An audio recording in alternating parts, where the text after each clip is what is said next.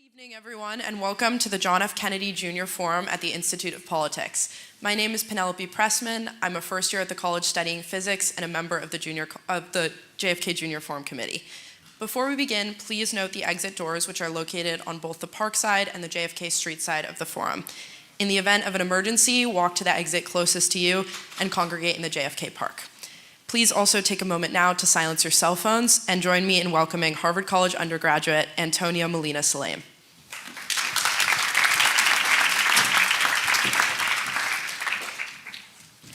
Hello, everyone, and welcome to the JFK Jr. Forum at the Institute of Politics. My name is Antonia Molina Salame, and I'm a sophomore at the college, as well as a member of the John F. Kennedy Jr. Forum Committee. Tonight, we are honored to welcome Professor Steven Pinker, the Johnstone Family Professor of Psychology here at Harvard University. Professor Pinker is a renowned cognitive psychologist, linguist, and popular science author whose work explores the nature of the human mind, language, and reason. In 2004, Pinker was named in Time's 100 most influential people in the world today, and in 2005, 2008, 2010, and 2011, he made the Foreign Policy List's top 100 global thinkers. He is also the author of numerous extremely influential books, including The Better Angels of Our Nature, Enlightenment Now, and his latest work, When Everyone Knows That Everyone Knows, Common Knowledge and the Mysteries of Money, Power, and Everyday Life. In this new book, Professor Pinker examines how common knowledge, what we all know that everyone knows, shapes cooperation, politics, and social behavior. His research offers a fascinating psychological lens on the foundations of political legitimacy, trust, and collective action in modern society. Moderating tonight's discussion is Jennifer Lerner, the Thornton F. Bradshaw Professor of Public Policy, Decision Science, and Management at Harvard Kennedy School. Professor Lerner's research focuses on emotion, decision-making, and behavioral economics. We are so excited to have both of these amazing academics here to speak with us at the forum tonight. Please join me in giving a warm welcome to Professor Steven Pinker and our moderator, Professor Jennifer Lerner.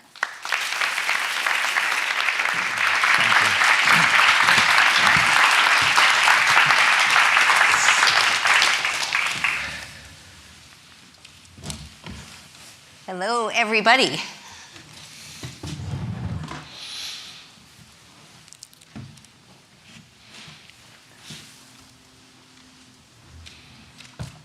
So, I am not a mind reader, but I'm guessing someone wants to know what happened.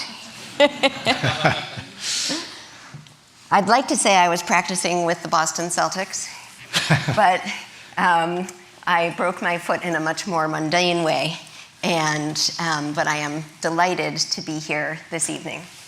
And so I told my friend Steve that this is the one time that I have something in common with Jason Tatum. We're both taking the year off. All right, so we will get started. Those of you who have been to the forum before know that we have a 1-hour format. And so for the first approximately 40 minutes, Steve and I will be discussing psychology and politics with a focus on his new book that you see here. And then at approximately 6:40, we'll open the floor for questions. And we are well designed here for your questions. We have 2 microphones on this ground floor that you can line up at if you have a question, as well as 2 microphones up there on the stairs. And then we rotate around. We very much believe in the free expression of ideas here in the forum. And so there's only one main rule for the questions, and that is they must truly be questions. And so rather than statements, they need to end with a question mark. So that is our plan. And with that, let's start talking about the book and psychology and politics more generally. So the main thesis of the book is that common knowledge shapes just about all aspects of human coordination. And despite that, it typically flies under the radar, that it's not something we normally think of. And in the book, common knowledge has a very specific definition. It's not something that everybody already knows. It has a more precise definition, and you define it as different from other kinds of knowledge, like private knowledge or reciprocal knowledge. So let's start out. Can you tell us what's special about common knowledge? How is it different from those other kinds of knowledge? And then we'll talk about why it matters. Sure. And I take no credit for this, for the concept.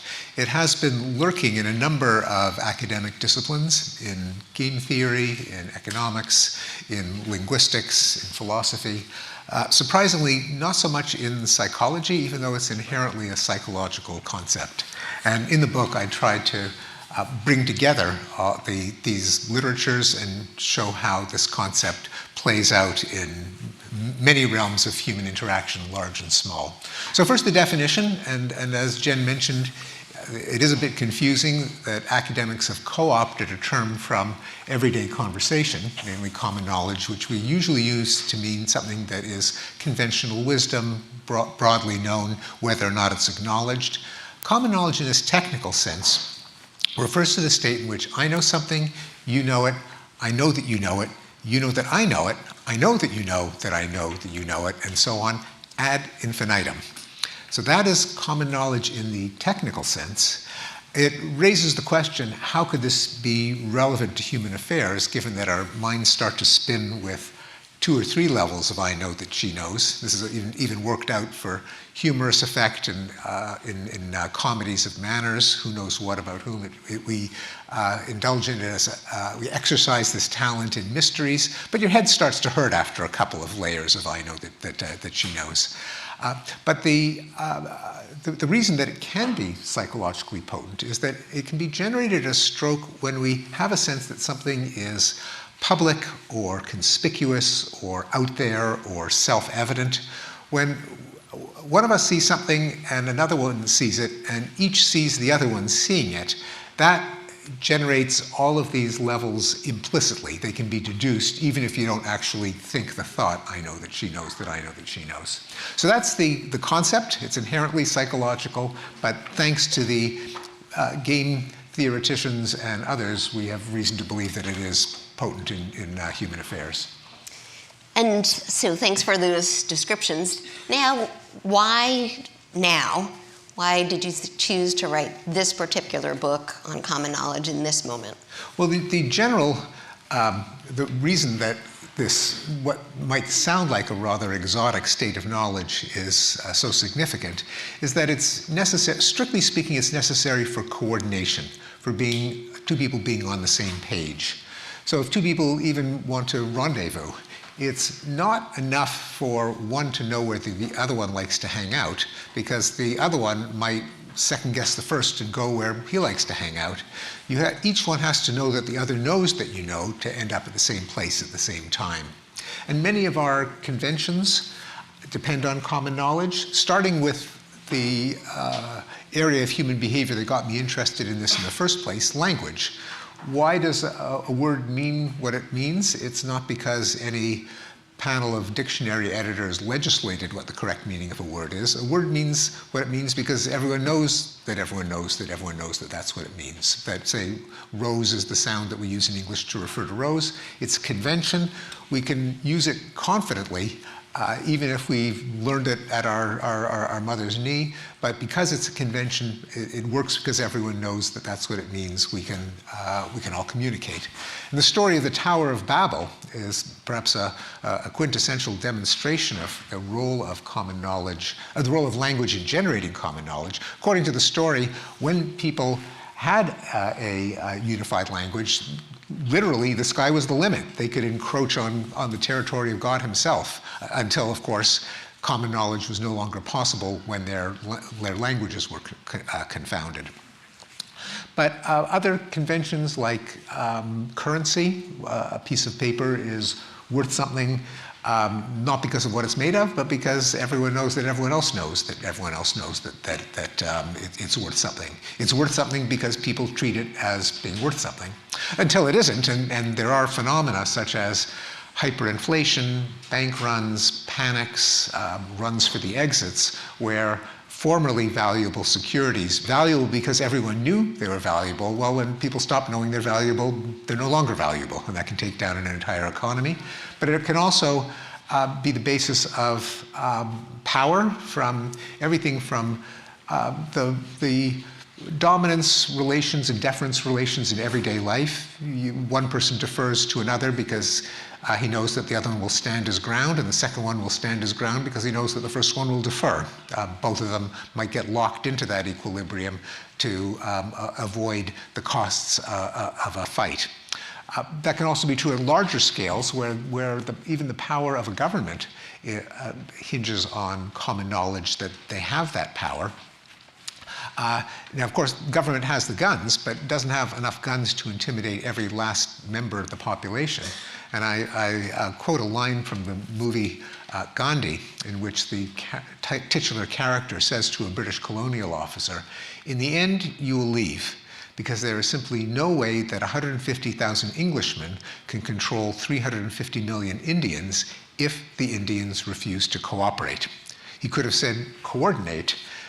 If an entire population or a significant proportion acts in concert to force a regime out, the regime can't resist. The regime holds its power because they prevent common knowledge from being generated. They suppress freedom of the press, freedom of speech, freedom of assembly, so that people can't share the news that their disgruntlement is widely shared. And so the government never has to control all 350 million citizens at a time. They can intimidate them one at a time.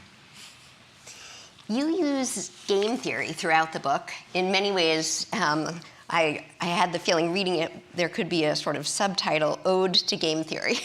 And because you use game theoretic analyses to explain a lot of behavior, but problems of trust, democracy, and cooperation are much older. And reading your book made me think of one of my favorite quotes by Madison in the Federalist Papers, Federalist number 51, where James Madison said, "But what is government itself, but the greatest of all reflections on human nature?" And he goes on, "If men were angels, no government would be necessary." This is the part we were talking about. Yes, if angels were to govern men, neither external nor internal controls on government would be necessary. In framing a government which is to be administered by men over men, the great difficulty lies in this. You must first enable the government to control the governed, and in the next place, oblige it to control itself.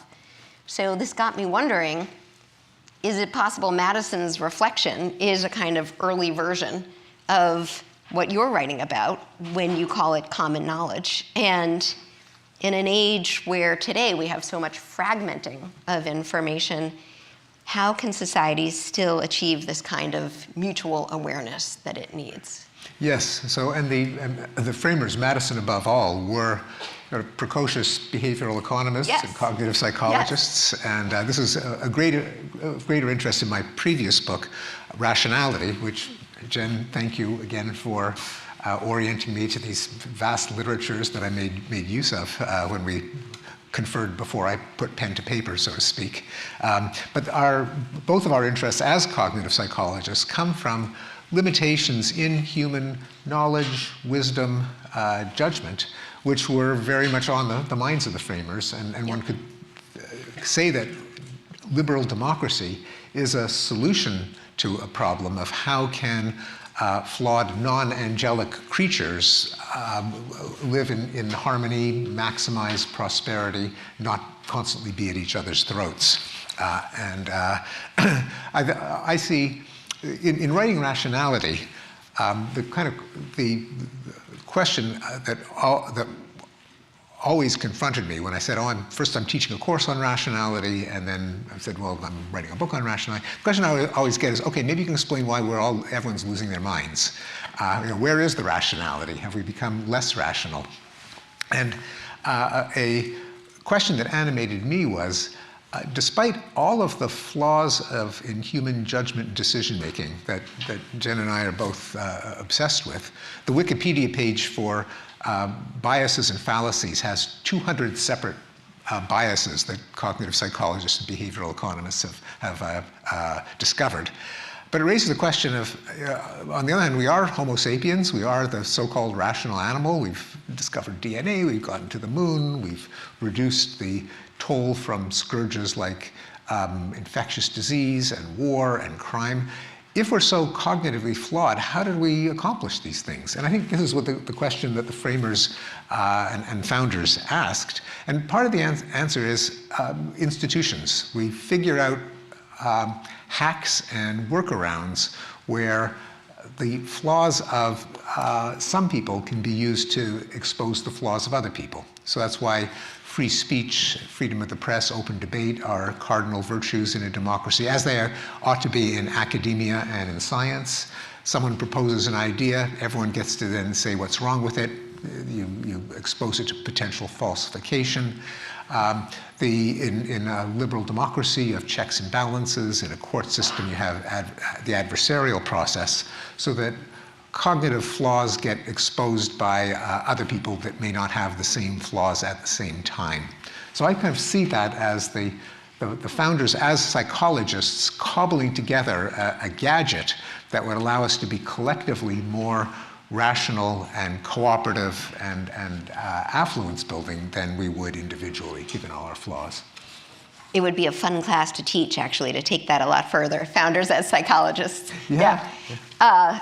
I'd like to turn now to the topic of academic freedom, which is a deep and interesting topic that pervades your book. And I promise we have a lot of fun topics to get to, including Adele's music. But academic freedom, you and I are both part of the Harvard Council on Academic Freedom that you helped co-found. And this is a faculty-led association where we're aiming to promote civil discourse, academic freedom, obviously, and viewpoint diversity within Harvard. And first of all, I can't thank you enough for your patience on our faculty listserv, which is quite a challenge. I have a number of questions to ask about it. So first of all, you worry quite a bit in this book about what you call the canceling instinct, that there is something within our own human natures that leads us to want to shut down achievement of common knowledge. Yeah. So can you talk about that a bit?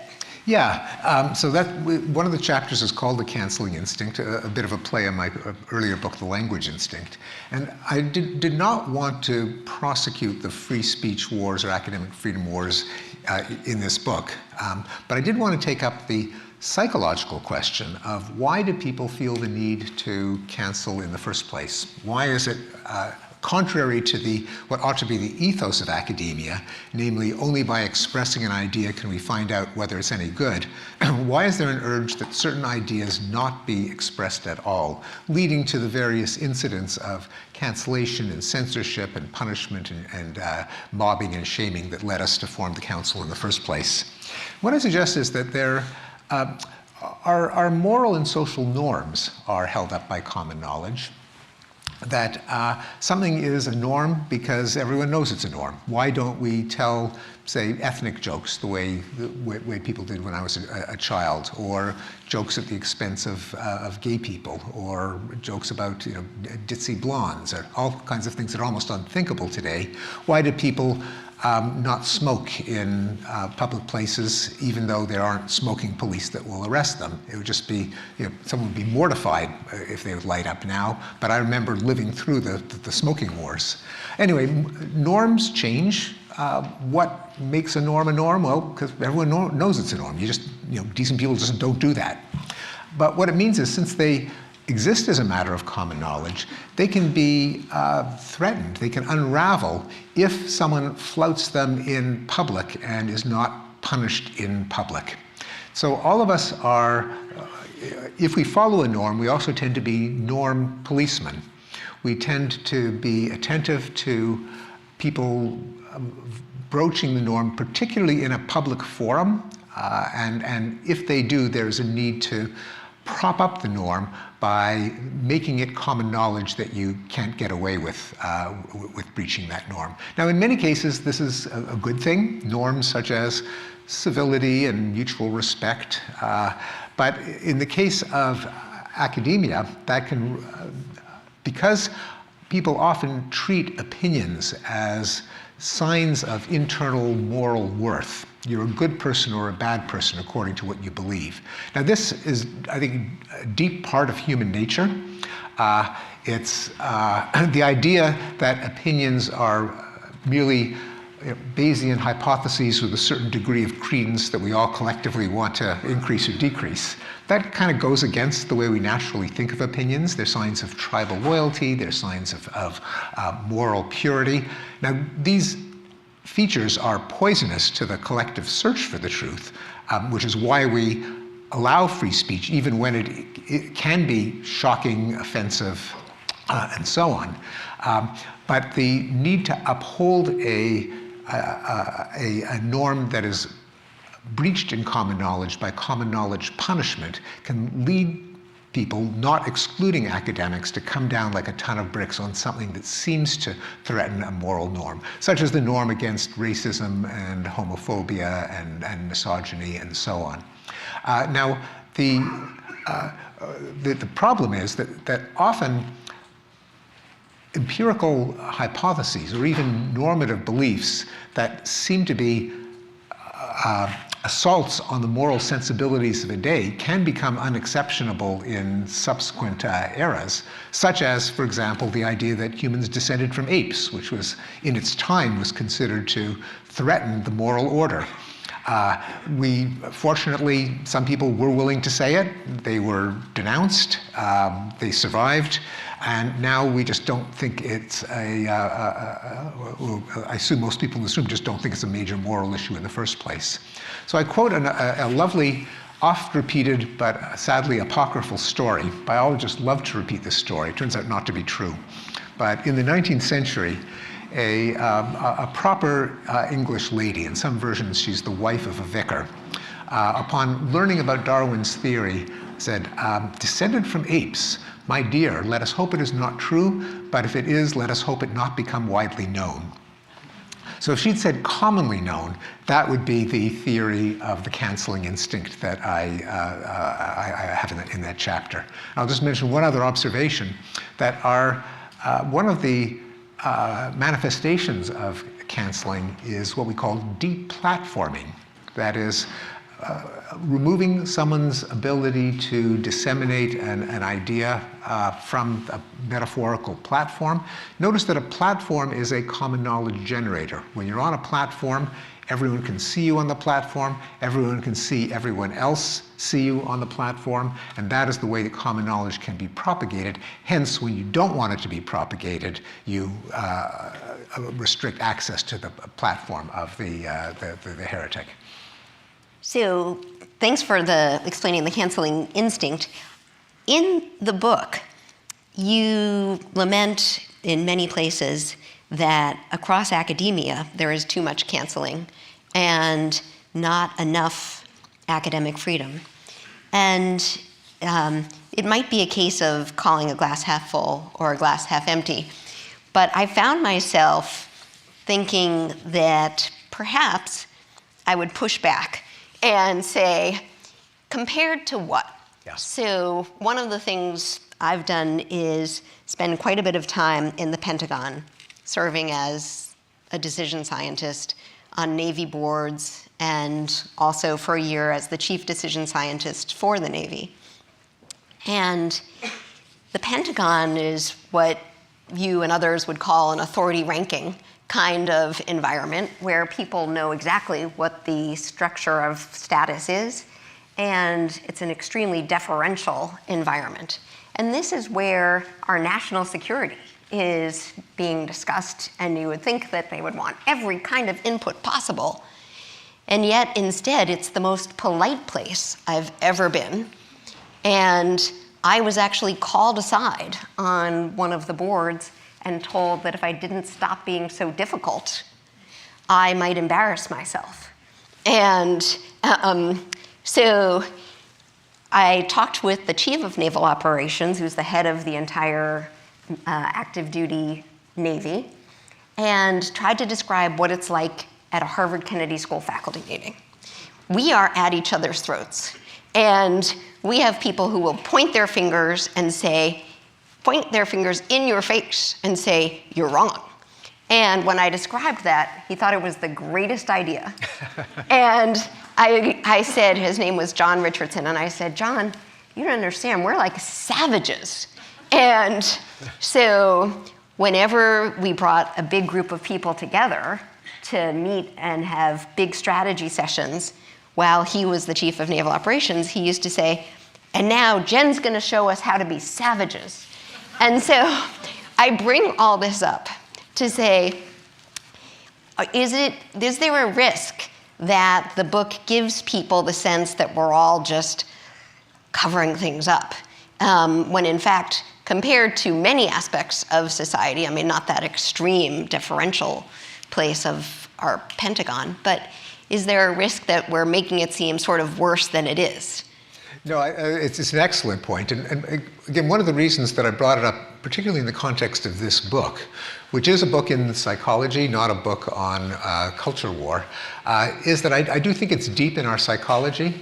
And as I mentioned at the outset, the reason that I even bring up the context of academia is that it is an arena in which one would expect these instincts, especially the canceling instinct, to be most marginalized simply because it gets in the way of the mission of the institution, which is to ascertain the truth.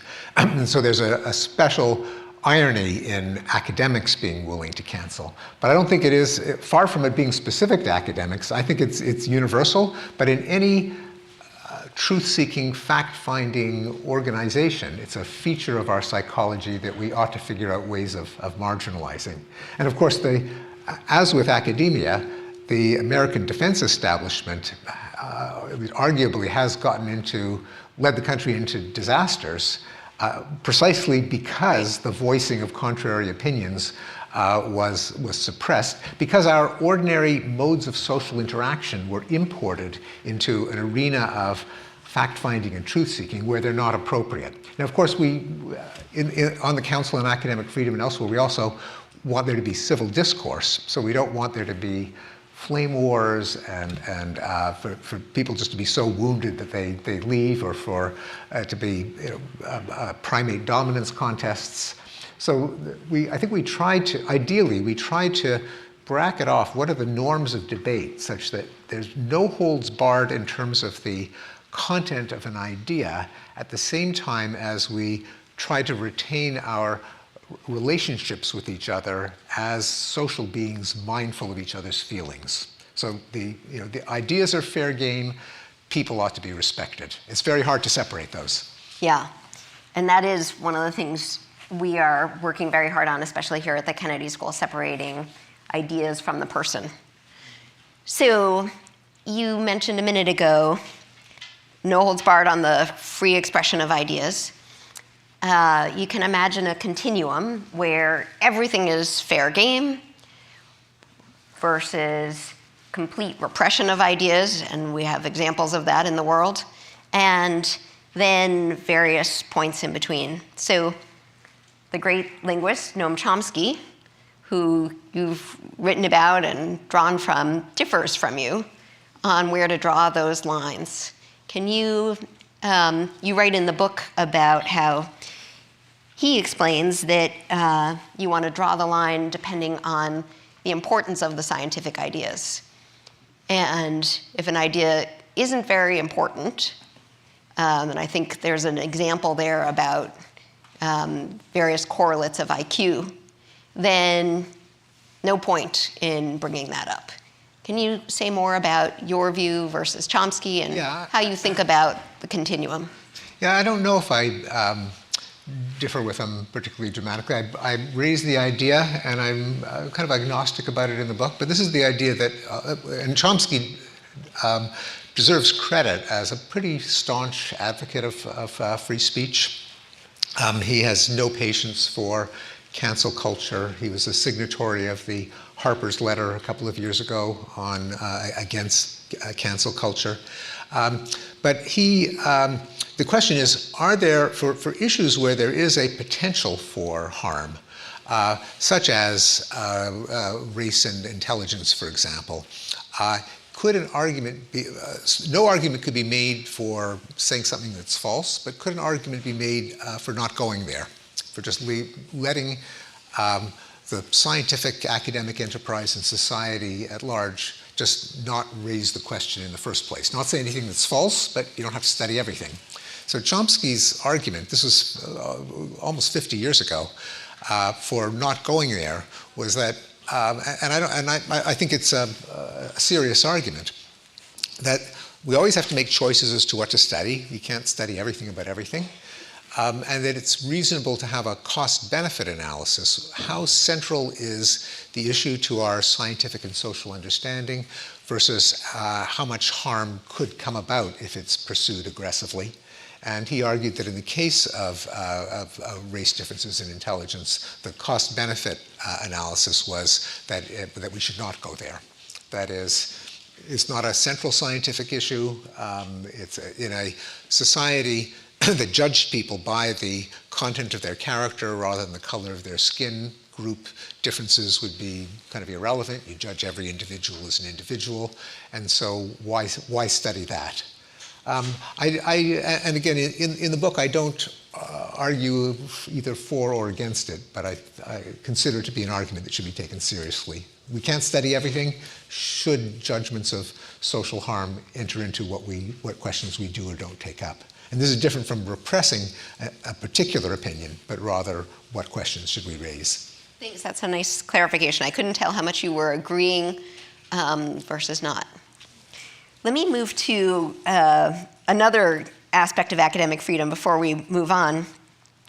You do something in the book that I really appreciated, which is, and you've also done it in an op-ed, you're trying to make the case to the public why it's in everyone's interest for universities to have academic freedom.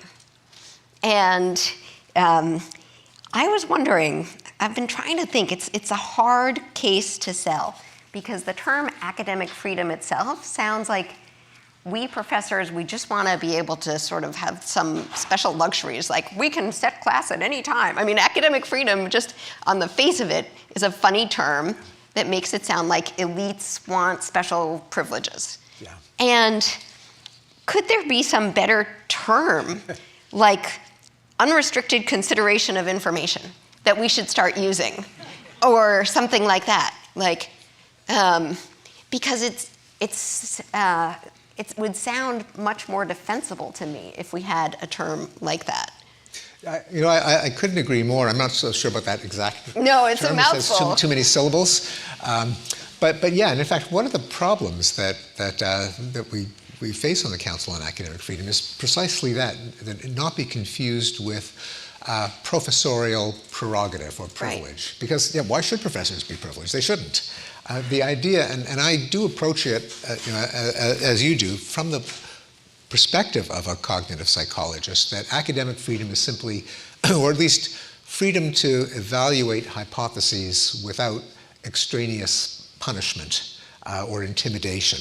Obviously, there have to be judgments of quality. Not every idea should get you a PhD or get you tenure. There should be some judgment of academic rigor, of seriousness, but that the content of ideas shouldn't lead someone to be censored or punished or fired. And again, the reason is not because professors deserve more privileges than anyone else, but just it's in the very nature of the enterprise that you just can't do it if you're constantly watching your back that some idea might offend someone and cost you your job or lead to opprobrium or social death. And again, this goes back to the fact that, and something that the founders like Madison recognized, we are flawed. We get too attached to our own ideas. We consider ideas that disagree with ours to be evil and worthy of suppression for the common good. But if everyone thinks that, not everyone could be right. And the only way to do what academia ought to be doing, namely pursuing the truth is if you have the freedom to broach ideas. Of course, they're fair game to be criticized, attacked, but one has to be able to say them in order to determine which ones are true or false. And so it absolutely does not mean that professors have any privileges. What it means is that there should be an arena of intellectual inquiry in which ideas are judged purely on their merit, not on their emotional connotations. Well, we'll have to work on a better term. Yes. I realized as we're going through this that I probably have questions for about 5 hours, but I did promise the Adele question, so I'm going to turn to that one before we run out of time. So in the book, you describe an experiment vividly that you did here on campus. And because you're trying to test this idea that the, quote, surest trigger for embarrassment is common knowledge. And so if I recall this study correctly, you bring participants into the study and they have to sing the chorus of Adele's Rolling in the Deep. Hopefully a lot of you are now conjuring up what that song sounds like. And the whole song including the chorus, yes. Oh, the whole song including the chorus. So it's a very emotional. And so then there's a wall with one that they can see through. And there are people who are part of the study, although it's actually a video recording. Yeah. And in one condition, which is the common knowledge condition, the participants and the viewers both know that they're seeing each other. That's common knowledge? Yeah. Okay. But And they know that each one knows that the other one knows that, right? Each one knows that the Yeah. other one knows it. That's the recursive, important part. And in reciprocal knowledge, the people, the participants who are going to be doing the singing, don't know that the others know that they're viewable. Yes. Okay. That's exactly right. Okay. So then they have to sing this song, and the question is, does the common knowledge condition trigger far more embarrassment? And of course, it does. Yeah. And so I was thinking about that because I love singing Adele with my daughter in the car, blasting it out, and my husband remains quiet while we do this. We also sing ridiculous songs from Frozen, and we sing Into the Unknown. And so what is it about the fine line between kind of embarrassment, but when it's shared, it also can become this tremendous bonding experience? And I was thinking especially about people who are living in communal places here on Harvard campus. Sometimes when you go through those public embarrassments together, you're then bonded for life. And so how does that work, do you think? Yeah, that it can also have that, it can feel terrible in the moment, so the participants in your study were mortified, but maybe they went on to have a great bond. Yes, this comes from a chapter called Laughing, Crying, Blushing, Staring, Glaring. Because one of the theses of the book is that our informal social relationships, our friendships, our relationships of deference, of our transactional relationships, our feelings of communal warmth, they are all coordination games that are propped up by common knowledge. What makes two people friends? Well, it's not as if you sign a contract. We're friends because each one knows the other one knows that we know that we're friends. And so on for relations of deference or quid pro quo transactional relationships. And so there are common knowledge signals. And again, going back to the beginning of our conversation, something can generate common knowledge if it is salient, perceptible, out there, unmissable, if when you witness it, you know you are being witnessing it. And I suggest that some of our nonverbal emotional displays, not talking about our smiles and frowns now, but puzzles like laughter. Why do we interrupt our breathing and vocalize with these ha-ha-ha noises? Blushing, why does blood come to our cheeks? And I suggest that they are engineered, so to speak, to be common knowledge generators. When you blush, you feel the heat in your cheeks from the inside at the same time as other people can see the reddening from the outside. And when you're blushing, you know that people know that you're blushing, made all the worse when they say, "You're blushing," which, by the way, can make someone blush even if they're not blushing. Laughter, you know that you're laughing because it interrupts your breathing, and other people can hear the laughter. With crying, you see the world through your tears at the same time that other people see the glistening or the trickling. And in eye contact, it's an ultimate common knowledge generator because you're looking at the part of the person that's looking at the part of you, that's looking at the part of them, that's looking at the part of you, and so on. What I suggest is that each one of these displays generates common knowledge that affirms a particular kind of social relationship. In the case of blushing, and this ties into the what makes something embarrassing. Something can be embarrassing if you do it and you know that other people have detected you doing it. Let's say making passing gas or something. It can be kind of embarrassing if you think it's detected, but then if you make eye contact, that is truly mortifying. And that was one of the purposes of this experiment, is to test the idea that what makes an embarrassing situation truly mortifying is if there's common knowledge. But you're absolutely right that it can paradoxically, as with blushing, when you blush, it's very painful, but people like you more when you blush, because what the blush signals is, I know that in your eyes I've screwed up, and so even though I have committed some faux pas, the faux pas may even be just drawing unwarranted attention on myself, at least I know what the rules are, I know what rule you think I violated. So even if I'm a momentary screw-up, I'm not a psychopath or loose cannon or weirdo. I'm affirming that I know what the norms are that are in place. In the case of tears, the most obvious trigger for tears, of course, is helplessness, weakness, defeat. And it's like raising the white flag of surrender or throwing a towel into a boxing ring when the outcome of some confrontation is a foregone conclusion and both parties would be harmed if it would continue. Both parties have an interest in the weaker party conceding and calling off the conflict. In the case of laughter, I suggest that it's common knowledge of some weakness or infirmity or indignity that can be used either aggressively to take someone down a few pegs, or as in the case of say, an intimate family gathering, when you might even laugh at your each other's vocal stylings.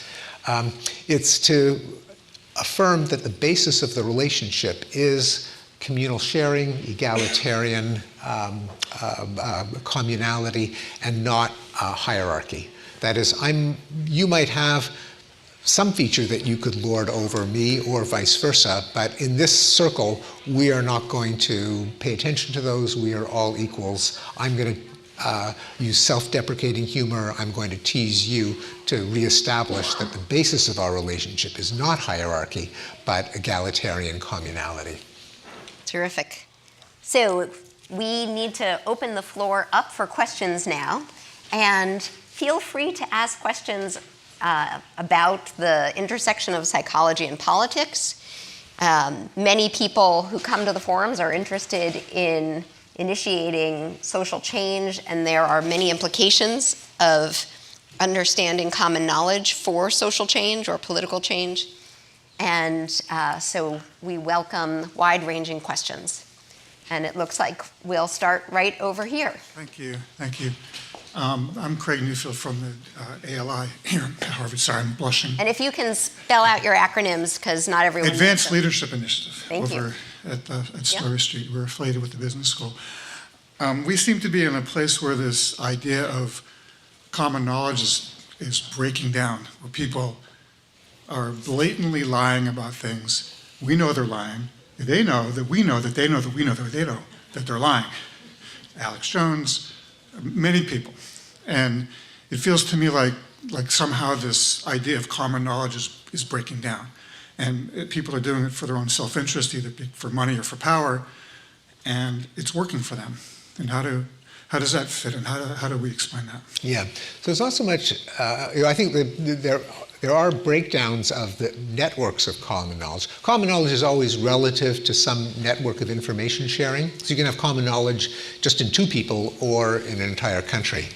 And we're certainly seeing a fractionation and a shrinking of the pools within which there's common knowledge in our political polarization, plausibly tied to the lessening of influences of nationwide forums like the three networks, Time Magazine, 60 Minutes, things that when you watched or read, you knew everyone else was watching or reading at the same time, with cable networks, and then with blogs and internet forums and social media, there are smaller and smaller networks and less common knowledge between the networks, even though there's still common knowledge within the networks.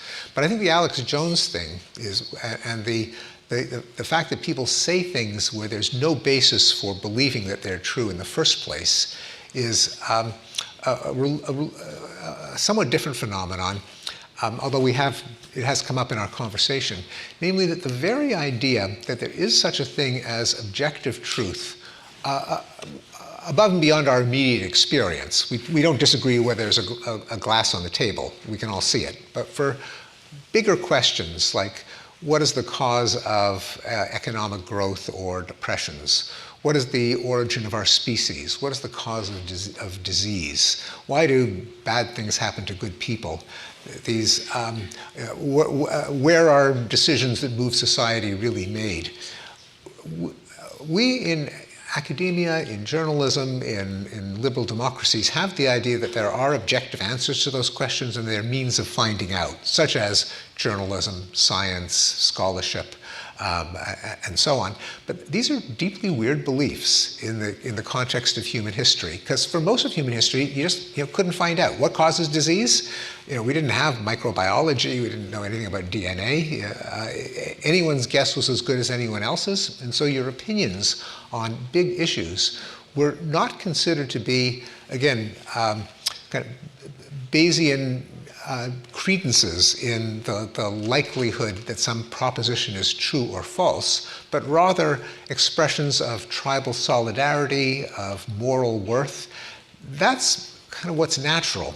And so what we're seeing, I think, is a regression to the way that people always have dealt with big questions that are outside the realm of immediate experience. Namely, why would anyone think there's a true or false answer to begin with? So I think what we need to do is not ask the question, why are people no longer believing in the truth, but what is it that ever gets people to sign on to the idea that there is a truth to these big questions in the first place, and why is that? Why are we kind of regressing away from an unusual but desirable situation in which we think that our institutions can collectively ascertain objective truth? One way to summarize it is by a quote from Bertrand Russell, that it is undesirable to believe a proposition when there are no grounds for supposing it is true. Now, if you think that that's an obvious, banal truism, then it just shows how different you are from the mass of humanity, because Russell's credo is very unpsychological. I think it's well worth defending, but it's just not the way our social psychology naturally works. Thanks, Steve. Let's go over here to this microphone. Hi, my name is Sydney Adams. I'm an MBA candidate at Harvard Business School. My question builds off a point that you just made. I have found that with the specificity of different algorithms that I see every day, I'm left kind of unsure of what even my friends are taking in terms of their information.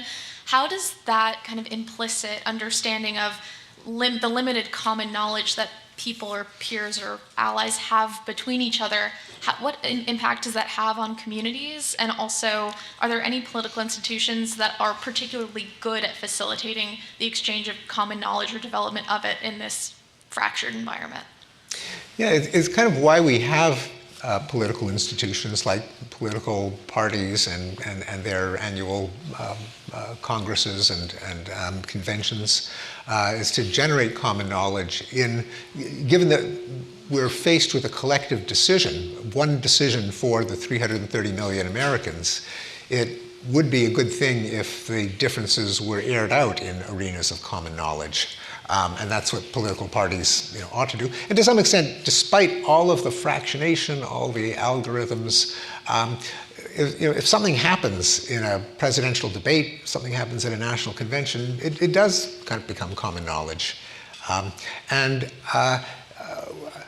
It isn't easy to make the case that common knowledge, in particular common knowledge of propositions most likely to be true, is a really good thing, despite the fact that we don't naturally gravitate to that. But to remind one another, educate students at a university, make it as widely known as possible that these unusual human institutions are really good things and worthy of defense.